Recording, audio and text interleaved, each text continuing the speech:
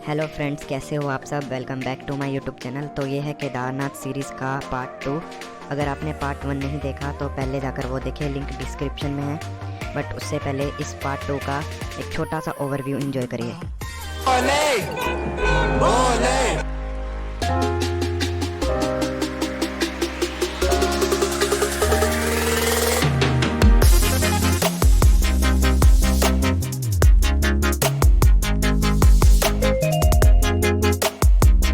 तो दोस्तों, इस पार्ट में मैं आपको अपने साथ करवाने वाला हूँ केदारनाथ जी के दर्शन। तो वीडियो पर बने रहें और बोलें हर हर महादेव। तो दोस्तों, ये है गौरीकुंड, जहाँ हम कल 6 बजे पहुँच गए थे। और कैसे पहुँचे आप वो हमारे इससे पहले वाले पार्ट में देख सकते हैं। हम यहाँ पर 6 बजे पहुँचे और आते ही सो गए क्योंकि बहुत थक चुके थे। अगर मैं आपको होटल की जानकारी दूँ तो आपको गौरीकुंड में स्टे करने के लिए काफ़ी सारे होटल आराम से मिल जाएंगे, जिसमें आपका अराउंड 400 से 500 रुपये पर डे का खर्चा आएगा। तो हम तो निकल पड़े हैं ट्रैकिंग पर। आप भी जब भी केदारनाथ यात्रा पर आते हैं तो अपना ट्रैक सुबह जल्दी शुरू करने की कोशिश करें, ताकि आप ऊपर थोड़ी रोशनी में ही पहुँच जाए। तो चलिए आगे चलते हैं। तो दोस्तों, आप जो मेरे साइड में देख रहे हो घोड़े, आप ये भी कर सकते हो ऊपर जाने के लिए। ये गौरीकुंड से थोड़ा सा आगे चल के आपको दिख जाएंगे। और अगर इनके चार्जेस की बात की जाए तो ये एक सरकारी रेट है, और जिसका वन साइड का चार्ज होता है 2300 रुपये। वैसे अगर स्मार्टली ट्रैक किया जाए तो जिसमें आप घोड़ा भी कर सकते हो और आप ज़्यादा थकोगे भी नहीं। तो मैं आपको कहूँगा 5 से 7 किलोमीटर का ट्रैक आप रुक कर पूरा कर लें। और थोड़ा सा आगे जाकर घोड़ा, अगर आपको ज़रूरत है घोड़े की तो आप घोड़ा कर सकते हैं, जहाँ से आपको थोड़ा कम रेट चार्ज किया जाएगा और आप आसानी से उनके साथ बार्गेनिंग भी कर सकते हैं इजीली। क्योंकि आप जब डायरेक्ट नीचे से ही घोड़ा करोगे तो आपको फिक्स प्राइस मिलेगा, जो कि है 2300। इसलिए आप थोड़ा चलने की कोशिश करें अगर आप में कैपेसिटी है। तो अभी हमने 1 किलोमीटर चलने के बाद रेस्ट लिया है 5 मिनट का। ऐसे ही आप भी आराम आराम से ट्रैक करें और बेबी स्टेप्स लें, एक ही स्लो स्पीड में चलें, जिससे आपकी सांस भी जल्दी नहीं फूलेगी और आप आराम से इजीली ट्रैक कर पाओगे और शायद फिर आपको घोड़े की भी ज़रूरत ना पड़े। तो जो आप मेरे सामने छोटा सा वाटरफॉल देख रहे हो, ऐसे आपको वाटरफॉल्स पूरे ट्रैक पर देखने को मिलते रहेंगे। और सच में जब यहाँ आप आओगे और ये ट्रैक के दौरान वाटरफॉल्स और सुंदर सुंदर नज़ारे देखोगे तो आप अपना सारा दुख दर्द भूल जाओगे और आप आराम से ट्रैक भी कर पाओगे और इन नज़ारों का मज़ा भी ले पाओगे।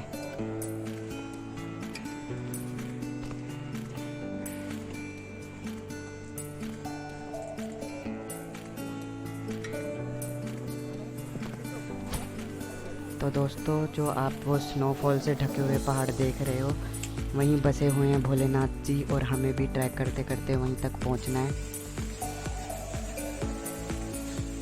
पापा कितनी अच्छी जगह है ना।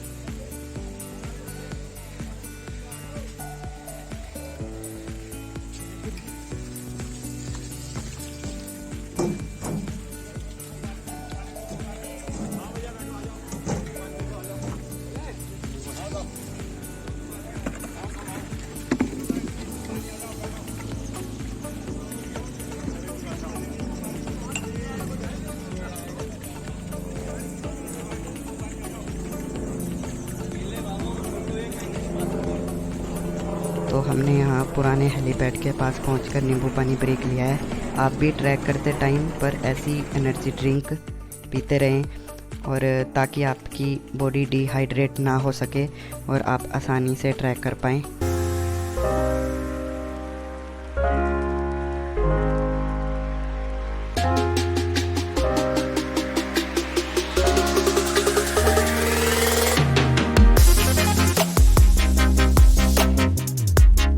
3 किलोमीटर ट्रैक करने के बाद अब हम आ गए हैं भैरव मंदिर। वैसे इससे पहले का रास्ता तो बहुत अच्छे नज़ारों से भरा हुआ था, पर भैरव मंदिर के बाद के नज़ारे जो हैं सच में वो आप खुद देख सकते हो। भैरव मंदिर जहाँ पर है उसे चीरबासा कहते हैं। तो अब इससे आगे चलते हैं और आगे का नज़ारा देखते देखते हैं कैसा है, और आप भी मुझे कमेंट बॉक्स में ज़रूर बताना कि आपको ये नज़ारे कैसे लगे। और अगर कोई मेरे से पहले यहाँ पर आ चुका है तो अपना एक्सपीरियंस भी ज़रूर शेयर करें।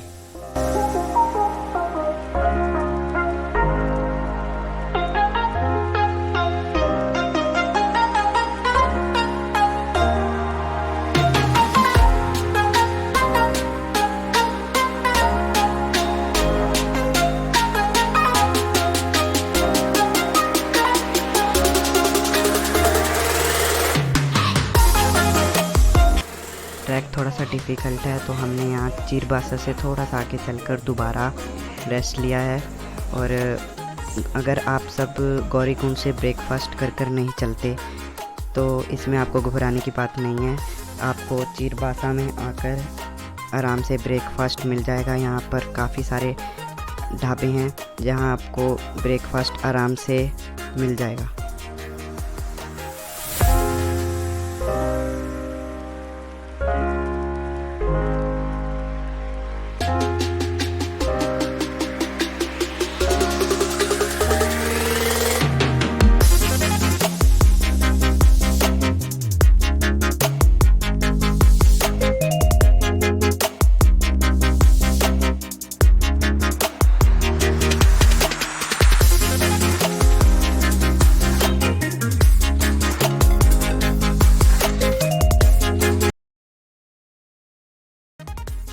अभी टाइम हो रहा है 8:30 और फाइनली सूरज भी अच्छे से निकल गया है।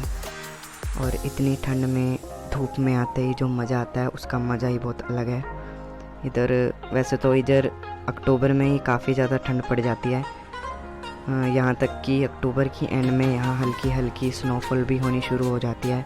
और नवंबर में आते आते सारे पहाड़ जो आपको इस टाइम ग्रीन दिख रहे हैं सारे वाइट हो जाते हैं स्नोफॉल की वजह से।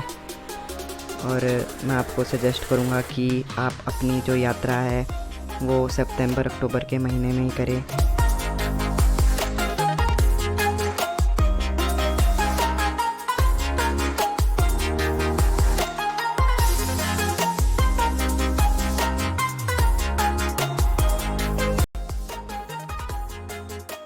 मैं इतना खुश किस लिए हूँ ये सब आप जानते हैं, बट मैं भी एक बार आपको अपने मुंह से बताना चाहता हूँ कि मैं इस केदारनाथ यात्रा पर काफ़ी टाइम से आना चाहता था, वरना नहीं तो मैंने इस केदारनाथ के दर्शन सिर्फ व्हाट्सएप स्टेटस पर ही करे थे। I know it's funny, but ये यात्रा सबके लिए एक ड्रीम है और आई होप आप सबको भी भोलेनाथ अपने धाम जल्दी ही बुलाने वाला है। और हाँ दोस्तों, आपको एक बात बताना तो मैं भूल ही गया। अगर आप अपने ऑनलाइन ई पास बनाने के चक्कर में अपनी यात्रा पर नहीं आ पा रहे हैं तो अभी यह टेंशन छोड़ दें, क्योंकि सोनप्रयाग से ऑफलाइन ई पास इशू हो रही हैं और अब आप में से कोई भी यात्रा पर आ सकता है। बट अपने साथ ये 2 डॉक्यूमेंट ज़रूर लाएं, जैसे कि आप अगर फुली वैक्सीनेटेड हो तो अपने दोनों डोज का सर्टिफिकेट अपने साथ ज़रूर रखें, और अगर आप नहीं हो तो अपने साथ अपनी RT-PCR। और हाँ दोस्तों, आपको यहाँ कुछ किलोमीटर्स के बाद वॉशरूम फैसिलिटी भी मिल जाएगी, क्योंकि ये थोड़ा डिफ़िकल्ट ट्रैक है तो यहाँ पर कर्मचारी इतनी जल्दी वॉशरूम साफ़ करने नहीं पहुँच पाते, तो आपको यहाँ के वॉशरूम कुछ साफ़ मिलेंगे और कुछ थोड़े गंदे।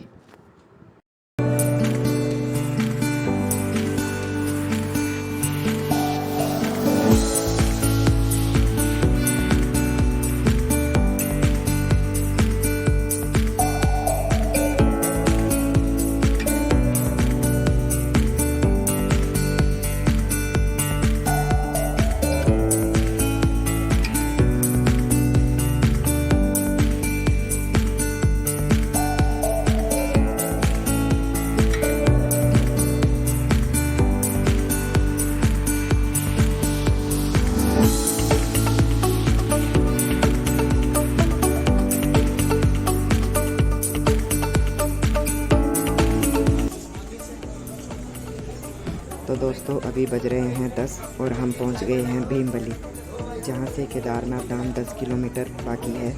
मतलब हम 6 किलोमीटर ट्रैक कंप्लीट कर चुके हैं। और भीमबली एक बहुत ही सुंदर जगह है और यहीं से यात्री नए रास्ते की तरफ से होते हुए धाम तक पहुंचते हैं। मैं नया रास्ता क्यों कह रहा हूं वो इसलिए कह रहा हूँ क्योंकि यहाँ से पहले एक रास्ता सीधे जाता था जो कि 2013 में आई हुई आपदा के कारण नष्ट हो गया है। 2013 के बाद ये रास्ता नया बनाया गया है।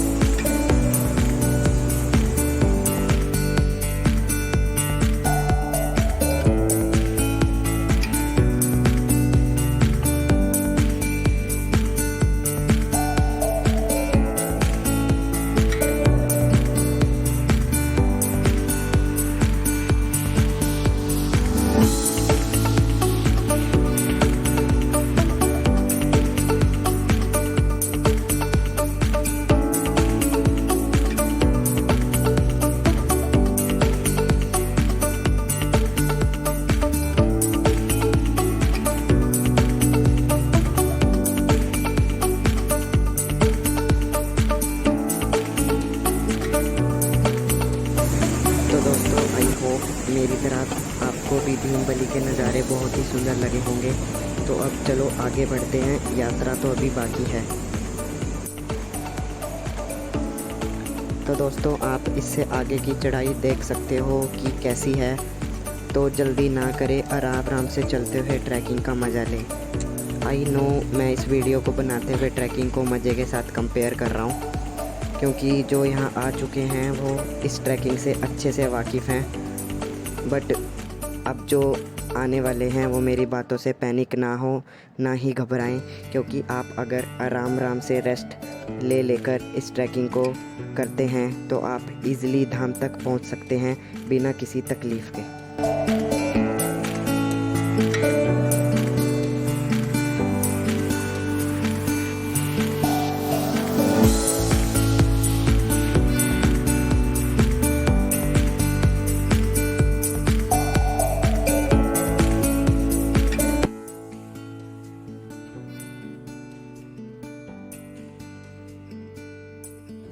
अब आप सोच रहे होंगे कि ये पैदल से एकदम पे घोड़े पर कैसे आ गया मैं और मेरे पापा। तो मैं आपको बता दूं, ट्रैकिंग थोड़ी डिफ़िकल्ट थी। ये घोड़ा हमने इसलिए नहीं लिया, ये घोड़ा हमने लिया क्योंकि एक तो ये घोड़ा हमें थोड़ा सस्ता मिला और मैं और मेरे पापा कभी घोड़े पर बैठे नहीं थे, तो एक्सपीरियंस के तौर पर हमने घोड़ा कर लिया। इस घोड़े वाले ने हमसे 300 रुपये पर पर्सन लिया, मतलब 600 रुपये। आप भी ऐसे थोड़ा सा ट्रैकिंग करके आगे जाके घोड़ा ले सकते हो।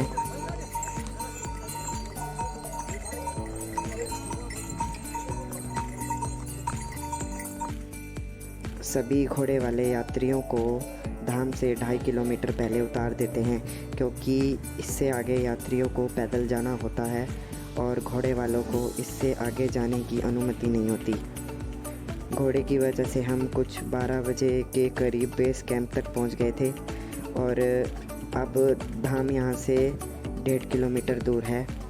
पर उससे पहले जो नज़ारे आपको देखने को मिलते हैं तो उनका तो क्या ही कहना। इन नज़ारों का मज़ा लेते हुए मैंने और मेरे पापा ने यहाँ पर बहुत मस्ती की और काफ़ी सारी वीडियोस बनाई।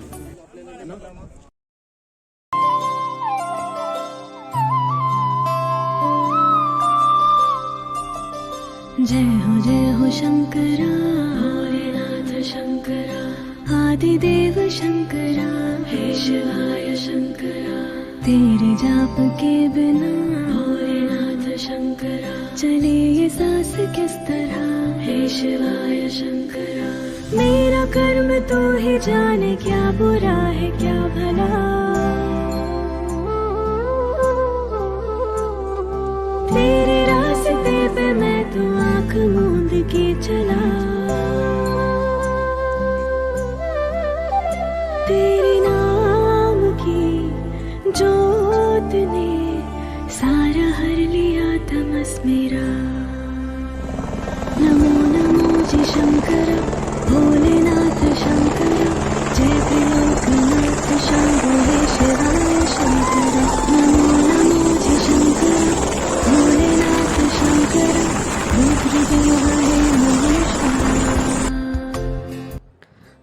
दोस्तों हम धाम के बिल्कुल नज़दीक आ गए हैं, पर उससे पहले ये देखिए, ये जो भी टूटा फूटा आपको दिख रहा है, ये सब कुछ वही 2013 में आई हुई आपदा के परिणाम हैं। और आप इसे देखकर अंदाज़ा लगा सकते हो कि जो पानी का बहाव था वो कितनी तेज़ होगा सच में। तो चलो दोस्तों, अब धाम की तरफ बढ़ा जाए। रहेगी तेरी आस्था, क्या समय क्या प्रलय, दोनों में तेरी महानता, महानता, महानता।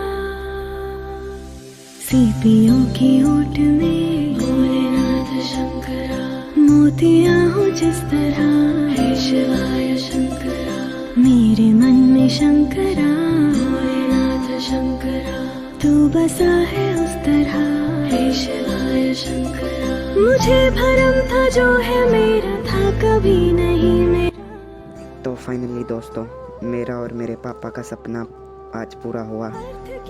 हम मंदिर तक पहुंच गए हैं और इधर हमने सबसे पहले आते ही कैप वगैरह डाल ली, क्योंकि यहाँ पर दोपहर के वक्त ही ठंडी हवा चलनी शुरू हो गई थी। और उसके बाद हम लग गए शाम के दर्शन की लाइन में। नमो नमो जी शंकरा, भोलेनाथ शंकरा, जय त्रिलोकनाथ शंभु हे शिवाय शंकरा। नमो नमो जी शंकरा, भोलेनाथ शंकरा, रुद्रदेव हे महेश्वरा। चंद्रमा लाट पे, भस्म है भुजाओं में, वस्त्र बाग छाल का है खड़ा पाँव में। प्यास क्या और तुझे, गंगा है तेरी जटाओं में, जटाओं में, जटाओं में। तो दोस्तों हम दर्शन करके आ गए हैं और दर्शन हमारे बहुत अच्छे हुए। और जो दर्शन करने के बाद की फ़ीलिंग होती है वो सिर्फ़ वही जानता है जो दर्शन करके आया है। तो मैं दर्शन करने के बाद आपको यही कहूँगा कि आप भी एक बार केदारनाथ यात्रा ज़रूर करें। तो दोस्तों अब हम जा रहे हैं रात का खाना खाने, क्योंकि जो शाम की आरती होती है वो होती है 6:30 बजे शुरू और 7:30 बजे ख़त्म। तो हम बहुत थक चुके हैं, इसलिए पहले ही खाना खाकर आ रहे हैं और उसके बाद अब हम आरती में बैठेंगे आकर।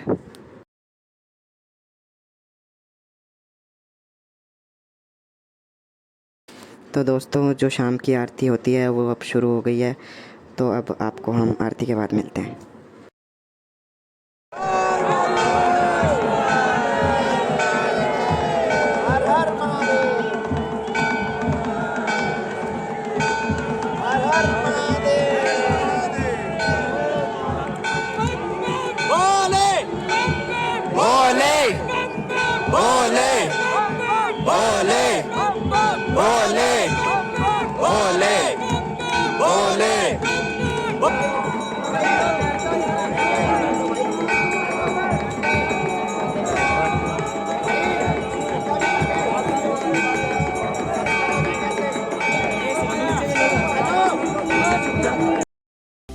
दूसरों के वास्ते भोलेनाथ शंकरा, तू सदैव ही जिया हे शिवाय शंकरा, मांगा कुछ कभी नहीं भोलेनाथ शंकरा, तूने सिर्फ है दिया हे शिवाय। तो दोस्तों आई होप आप सबको भी आरती होने के बाद बहुत अच्छा फील कर रहा होगा। तो अब आरती हो गई है तो सोचा आपको ऊपर के स्टे के बारे में बता दूं। तो दोस्तों हमने यहीं मंदिर की लेफ़्ट साइड में ही एक रूम लिया जो हमें पड़ा 500 रुपये। और अगर आप भी ऊपर रुकना चाहते हो तो आप भी आराम से रूम ढूंढ सकते हो अपने बजट के हिसाब से, और जो कि आपको ईज़िली मिल जाएगा। तो दोस्तों अब हम बहुत थक चुके हैं, तो आपको अब सुबह मिलते हैं और आपको कराएंगे सुबह के दर्शन। नमो जी शंकरा, भोलेनाथ शंकरा, रुद्रदेव हे महेश्वरा। तो दोस्तों हर हर महादेव। अभी सुबह के बज रहे हैं 6। मैं और मेरे पापा सुबह 5 बजे उठ गए थे और जल्दी से नहा धोकर अच्छे से रेडी होकर दर्शन की लाइन में लग चुके हैं। और जो मंदिर के कपाट हैं वो 7 बजे खुलते हैं और हम भी उसी की वेट में हैं कि कब दर्शन करें। तो दोस्तों मैं आपको बता दूं, आपको यहाँ पर नहाने के लिए गर्म पानी मिल जाएगा आराम से, और होटल वाले आपसे उसका चार्ज करते हैं कुछ 100 रुपीज़ पर बकेट। तो आप अच्छे से नहा धोकर दर्शन की लाइन पर सुबह 6:30 तक आराम से आ सकते हैं।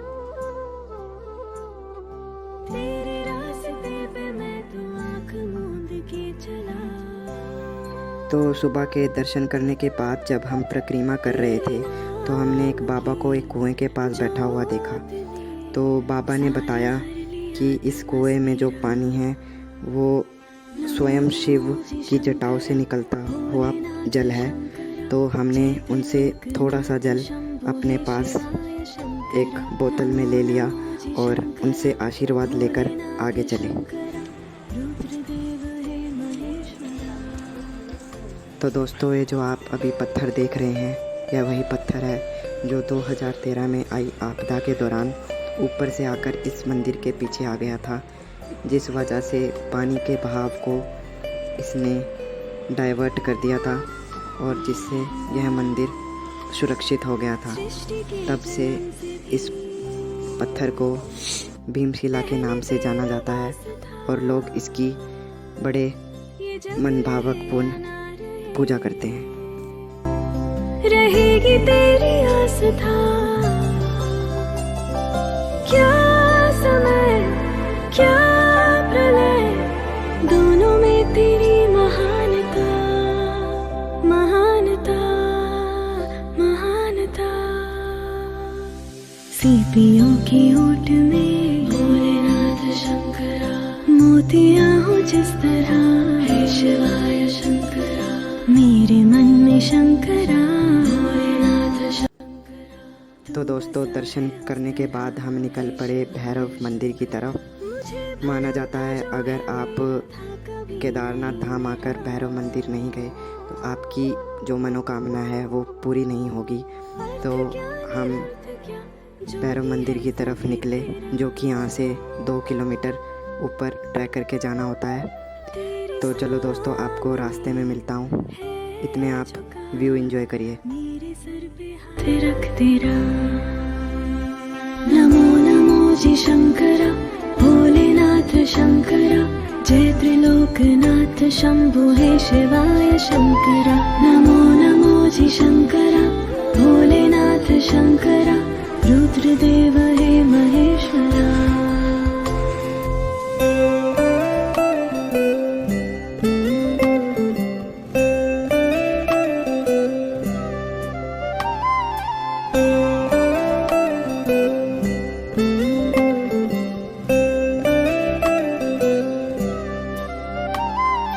चंद्रमाला लाट पे, भस्म है भुजाओं में, वस्त्र बाग छाल का है खड़ा। तो दोस्तों फाइनली भैरव मंदिर भी आ गया है और हमने यहाँ माथा टेकने के बाद काफ़ी वक्त बिताया, क्योंकि यहाँ पर से नीचे की सारी केदारनाथ वैली दिखती है, जो कि बहुत ही खूबसूरत दिखाई देती है। आपका मन ही नहीं करेगा यहाँ से नीचे जाने का, क्योंकि यहाँ से जो पीछे हिमालय पर्वत दिखते हैं वो भी काफ़ी सुंदर दिखाई देते हैं। तो सच कहूँ तो मेरा तो बिल्कुल मन नहीं कर रहा था नीचे जाने का और वापस घर भी जाने का, बट क्या करें, आए हैं तो जाना भी पड़ेगा।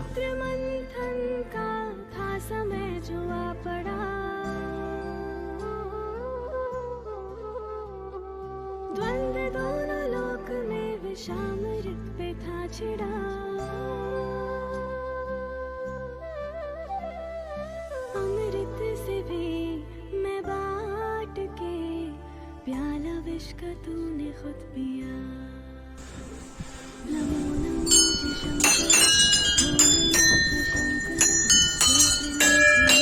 शंभु हे शिवाय शंकरा। नमो नमो जी शंकरा, भोलेनाथ शंकरा, रुद्रदेव हे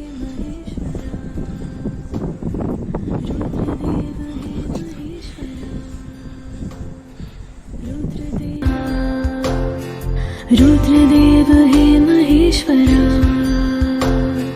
रुद्रदेव हे महेश्वरा। तो दोस्तों इस वीडियो में इतना ही। आई होप आपको मेरे साथ भोलेनाथ जी के दर्शन करने में मज़ा आया होगा।